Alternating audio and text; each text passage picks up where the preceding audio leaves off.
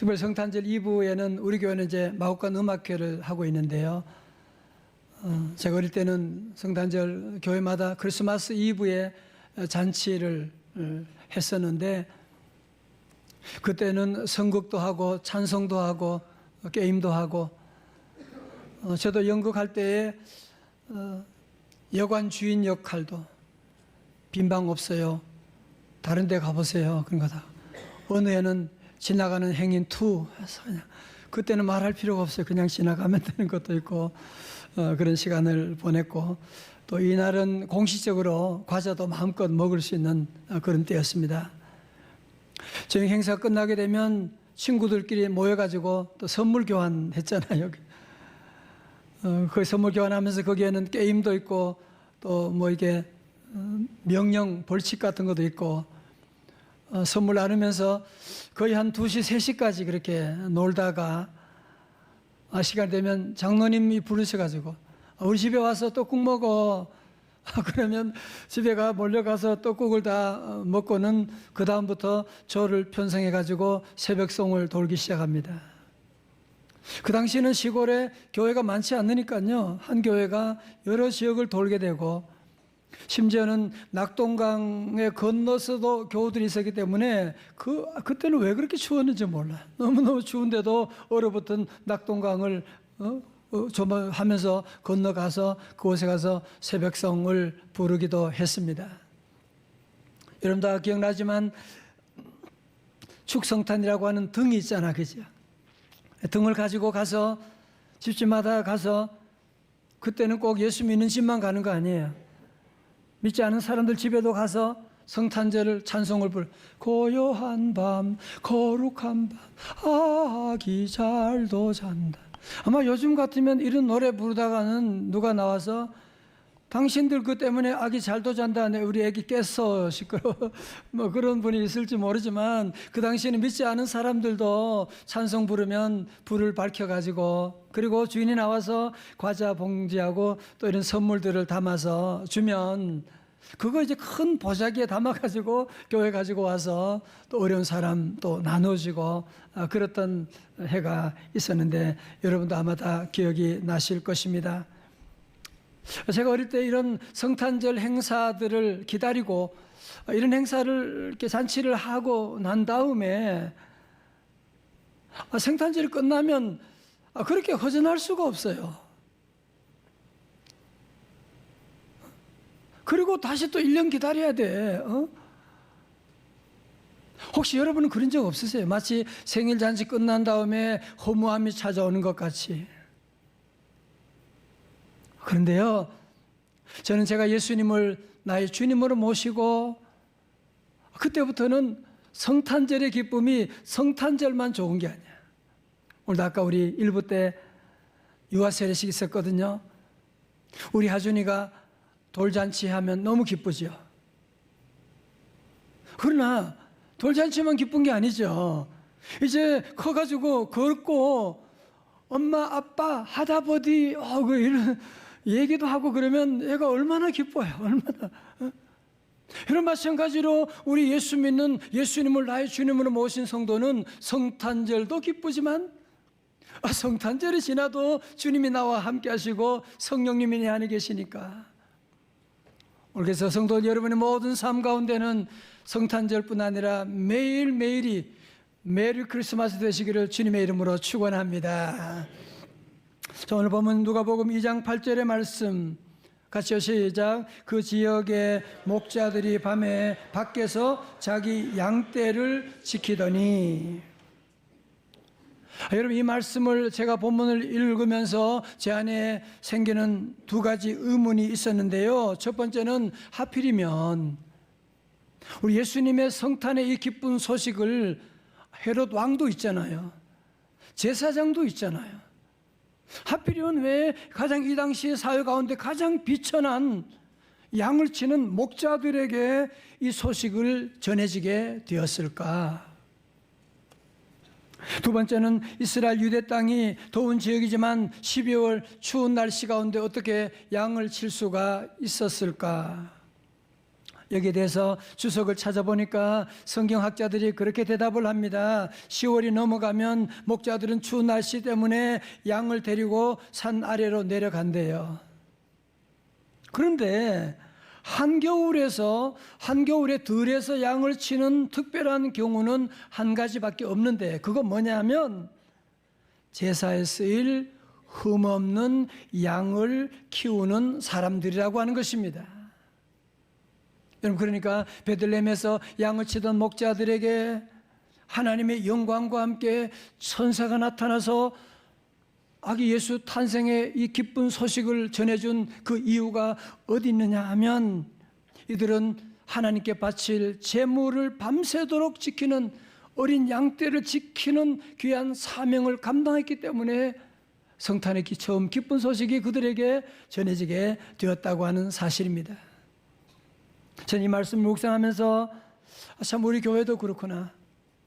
저같이 앞에서 설교하는, 또 앞에서 드러나 있는 봉사하는 분도 있지만, 정말 들에서 양을 치는 목자들처럼 이름도 없이 빛도 없이 헌신하는 분들, 여러분, 이 교회 바닥 청소하는 거 아세요? 식당에 봉사, 정말 새벽마다 눈물로 기도하고, 내 몸이 아프고 가정에 어려움이 있지만, 경제적인 어려움이 있지만 주님 앞에 헌신하고 나가는, 이름도 없이 빛도 없이 헌신하는 우리 교회 안에는 많은 목자들이 생각이 났어요. 너무너무 감사하다. 이 시간 제가 이름을 호명할 수는 없지만 귀한 우리 성도님들 한 분 한 분, 그런 리더들, 목자 여러분, 그리고 목자와 함께 따라가는 우리 모든 교우들 모두에게 우리 들에서 양을 치던 목자들이 주신 하나님의 귀한 은혜와 축복이 함께 하시기를 주님의 이름으로 축원합니다. 자, 우리 9절의 말씀 볼까요? 주의 사자는 뭐예요? 천사. 주의 천사가 곁에 서고 주의 영광이 누구를 들에서 양을 치던 목자들을 두루 비치매 그게 뭐 하는지라? 무서워하는지라. 자, 보세요. 여러분, 사실 이 성경을 보면, 영어로 보면 terrified라는, 그 무서워하는 게 아니라 벌벌 떨었다는 거예요. 여러분, 우리는 다 그래요. 아무리 좋은 일이 와도 내 머리로 이해가 안 되면 우리는 벌벌 떠는 사람, 불평하고 원망하는 사람들이잖아요. 마치 어릴 때 예방주사 맞으면 그게 얼마나 큰 축복인데 안 맞으려고 막 두려워했던 그런 모습처럼, 우리는 다 아무리 좋은 하나님의 복이 와도 이해가 안 되면 화나고 두려워할 때가 많이 있는데, 그때 천사가 말합니다. 10절에 천사가 이르되 무서워하지 말라. Do not be afraid. 보라, 내가 온 백성이 미칠 큰 기쁨의 좋은 소식을 너희에게 전하노라. 그러면 온 백성이 미칠 큰 기쁨의 좋은 소식이 무엇이냐? 다 같이 11절의 말씀 시작. 오늘 다윗의 동네에 너희를 위하여 구주가 나셨으니 곧 그리스도 주시니라. 아멘. 이렇게 밤에 양을 치다가 두려움 가운데 떨었던 목자들에게 천사가 나타나고 하나님의 말씀이 저들에게 임하게 되니까 저들은 기쁨으로 어린 예수 그리스도의 탄생한 곳에 달려가서 하나님께 경배와 찬양을 돌리는 놀라운 역사가 일어나게 된 것이거든요. 여러분, 따져보면 오늘 현대를 살아가는 분들, 가진 사람, 없는 사람, 잘난 사람, 못난 사람, 아니 권력이 있는 사람, 없는 사람, 두려워하지 않는 사람 누가 있습니까? 오늘 우리 현대 사회 가운데 모두가 다 두려움 가운데, 특별히 이제 새해를 준비하면서 어떻게 될 것인가 다 두려워하는, 하나님의 놀라운 역사가 시작됨에도 불구하고 우리가 보지 못하니까 두려움 가운데 우리 모두에게 2023년 올해 성탄절은 첫 번째로 하나님의 말씀이 임하는 성탄절이 되시기를 주님의 이름으로 축원합니다. 서울대 김난도 교수팀이 매년 발행하는 트렌드 코리아 2024에 나오는 트렌드 하나가 육각형 인간이 되는 것입니다. 보통 완벽한 인간을 육각형 인간이라고 하는데, 젊은 층에서 부러움과 추앙을 받을 수 있는 육각형 인간이 되려면 6가지 조건이 갖추어져야 된대요. 여러분 육각형 인간 들어봤어요? 그런데 육각형 인간이 되려면 6가지 조건이 갖추어져야 되는데 한번 여러분 점검해 보십시오. 첫 번째로 집안 괜찮으세요? 두 번째 외모, 세 번째 성격, 네 번째 학력, 다섯 번째 자산 좀 있으세요? 직업. 아마 여러분이 이 얘기 들을 때 어떤 생각이 들어요? 마음에 좌절이 밀려오지 않습니까? 아니, 무슨 이런 육각형형 인간이 되라고 부러워한다고 하는데 그러면 우리 아이는 어떻게 키워? 이런 경쟁 세상 가운데 내가 어떻게 이 세상을 이겨나갈 수가 있냐 말. 아니 어떻게 육각형 인간을 우리가 만들 수가 있냐고요. 어떻게 하면 좋겠냐 말이죠. 그래서 현대인들은 다 마음에 두려움이 있는 것입니다. 가나안 정복을 앞두고 두려움 가운데 떨고 있는 여호수아에게 주시는 하나님의 처방전이 무엇인지 아십니까? 여호수아 1장 7절의 말씀입니다. 다 같이 크게 읽어요. 시작. 오직 강하고 극히 담대하여 나의 종 모세가 네게 명령한 우로나 좌로나 치우치지 말라. 그리하면 어디로 가든지 형통하리니. 다 같이 아멘. 사랑하는 성도 여러분, 우리 세상 살아보셨잖아요.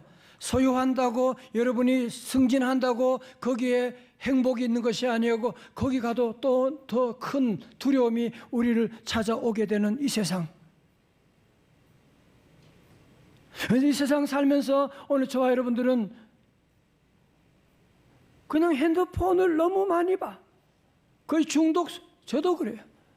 1, 2분 지나면 그냥 확인해 봐야 돼. 뭐가 있어요. 구글 검색하고 계속 뉴스 점검하고.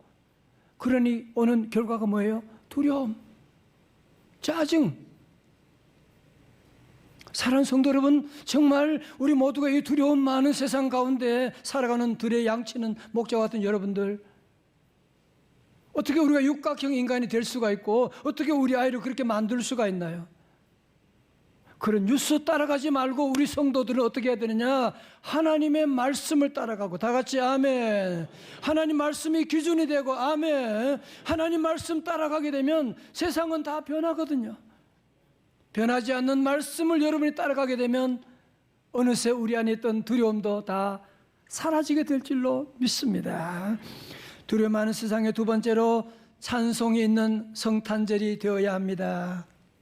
누가복음 2장 13절에 호련히 수많은 천군이 그 천사와 함께 하나님을 찬송하여 이르되. 찬송가 가사가 뭡니까? 14절 말씀 다 같이요. 시작. 지극히 높은 곳에서는 하나님께 영광이요 땅에서는 하나님이 기뻐하신 사람들 중에 평화로다 하니라. 아멘. 여러분, 부부 사이에도 그렇게 오랫동안 함께 사는 부부 사이도 싸우면 평화가 깨어져 버립니다. 그죠? 우리 죄인들이 하나님과 불화하고 하나님을 떠나서 여러분 그래서 평화가 깨어진 거예요. 여러분 그래서 이 세상은 사탄이 이 세상을 지배하고 곳곳마다 불안과 염려와 전쟁 가운데 살아가고 있는 것인데 지금부터 2000년 전에 하나님의 아들 예수님이 이 땅에 오심으로 말미암아 이 땅을 잡고 있는 사단의 권세를 물리치시고 그리고 이 땅에 다시 주님이 샬롬, 주님의 평화를 우리에게 시작하게 하시고 그리고 하나님의 영광을 우리에게 보여주셨기 때문에 그래서 천사들이 찬송하는 겁니다. 14절 말씀 다 같이요. 다시 한번 찬송 시작. 지극히 높은 곳에서는 하나님께 영광이요 땅에서는 기뻐하심을 입은 사람들 중에 평화로다 하니라. 아멘. 여러분, 원자폭탄의 아버지로 불리는 미국 물리학자 로버트 오펜하이머 이야기를 다룬 영화 오펜하이머를 보신 분이 계신가요? 예, 본분이 몇 분 계시군요. 저는 아직 보진 못했는데 제가 자료를 살펴보니까 이분은 세계 최초의 핵무기 개발 프로젝트인 맨해튼 계획에서 주도적인 역할을 한 인물로 1945년 2개 원자폭탄 실험에 성공한 다음 달인 8월 6일과 9일에 일본 히로시마와 나카사키의 투하에서 한순간에 20여만 명의 목숨을 앗아가고 두 도시를 거의 초토화시킨 슬픈 역사를 우리가 잘 알고 있는데요. 핵무기 개발 실험이 끝난 다음에 상하 양원 합동회의에서 여기에 대한 보고회가 있었습니다. 이 원자탄을 만드는데 총지휘했던 오펜하이머의 말을 듣고 있던 한 의원이 공포에 질린 목소리로 질문했어요. 박사님, 이 원자탄을 막을 수 있는 무기는 없습니까? 잠시 침묵이 흐른 다음에 오펜하이머는 입을 열었습니다. 있습니다. 그러자 의원들이 눈이 휘둥그레져 가지고 물었습니다. 도대체 그게 뭡니까? 오펜하이머가 대답했습니다. 그것은 평화입니다. 평화는 핵을 이길 수가 있습니다. 평화 앞에서는 아무리 위력이 대단한 핵이라고 할지라도 무력화될 것입니다. 여러분, 그러나 문제가 뭡니까? 세상이 말하는 그 평화에 가지고 있는 문제점이 한계가 있지 않습니까? 우리가 잘 아는 팍스 로마나 로마의 평화, 로마식 평화, 뭐예요? 총칼을 가지고 만드는 평화, 힘 있는 사람들의 평화, 힘이 없는 사람들은 지옥을 느끼는데도 힘 있는 사람들은 팍스 로마나 평화가 왔다고 그렇게 얘기하고 있는, 성도 여러분, 어디에 평화가 있습니까? 아니, 어떻게 하면 평화를 만들 수가 있습니까? 부부간에, 가족간에 깨어진 평화, 맛있는 식당에 가면 됩니까? 여행 가면 됩니까? 참다운 평화는 우리 예수님만이 우리에게 주시는 줄로 믿습니다. 참다운 평화는 오직 하나님께서 기뻐하시는 사람들만이 누릴 수 있는 그 평화인 줄로 믿습니다. 여러분, 그래서 우리 성도들은 오늘 다시 한번 이 말씀을 여러분 기억하고, 혹시 여러분의 삶 가운데, 내 10년 가운데 혹시 우리 가정에 평화가 깨어진 그런 분이 혹시 계십니까? 여러분, 그렇다면 그 평화 어떻게 만들 수가 있겠어요? 누가 그 평화 우리에게 줄 수가 있겠습니까? 참다운 평화 우리 주님만이 여러분에게 주실 것입니다. 평화, 평화로다. 어디서 내려와요? 하늘 위에서 내려오네. 그러면 성도 여러분, 우리가 사는 세상이 어둡다, 우리가 어두움만 탓하면 어둠이 물러갑니까?